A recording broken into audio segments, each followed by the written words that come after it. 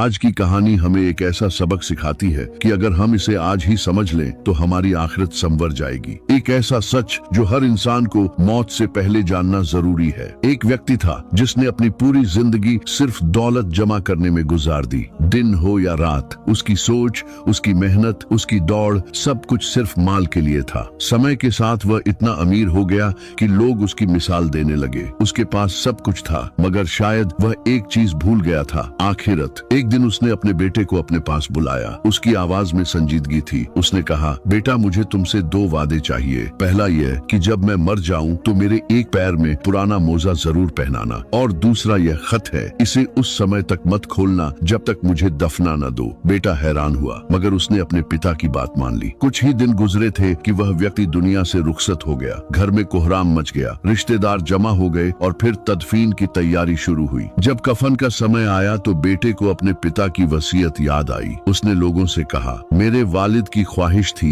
कि उनके एक पैर में पुराना मोजा पहना दिया जाए, मगर वहाँ मौजूद आलिम ने तुरंत कहा, यह जायज नहीं है। मैयत को सिर्फ कफन में दफन किया जाता है, उसके साथ कोई चीज नहीं रखी जाती। बेटे ने बहुत कोशिश की। उसने कहा, यह मेरे पिता की आखिरी ख्वाहिश है, मगर शरीयत का हुक्म स्पष्ट था। आखिरकार वह बेबस हो गया और अपने पिता को सिर्फ कफन में दफन कर दिया गया। कब्र बंद हो गई। लोग धीरे धीरे वापस जाने लगे। अब बेटे को वह खत याद आया। उसने कांपते हुए हाथों से खत खोला। उसमें लिखा था, बेटा, आज तुमने अपनी आंखों से देख लिया। मैंने सारी जिंदगी माल जमा किया, दौलत कमाई, मगर जब मैं इस दुनिया से गया तो अपने साथ एक पुराना मोजा भी न ले जा सका। याद रखना, एक दिन तुम भी इसी तरह जाओगे और उस दिन तुम्हारे साथ सिर्फ कफन के कुछ कपड़े होंगे। इसलिए इस माल को संभाल कर खर्च करना, इसे वहां लगाना जहां वह तुम्हारे काम आए, क्योंकि असली दौलत वह है जो तुम आगे भेज दो। खत पढ़ते पढ़ते बेटे की आंखों से आंसू बहने लगे। उसे पहली बार एहसास हुआ कि सारी जिंदगी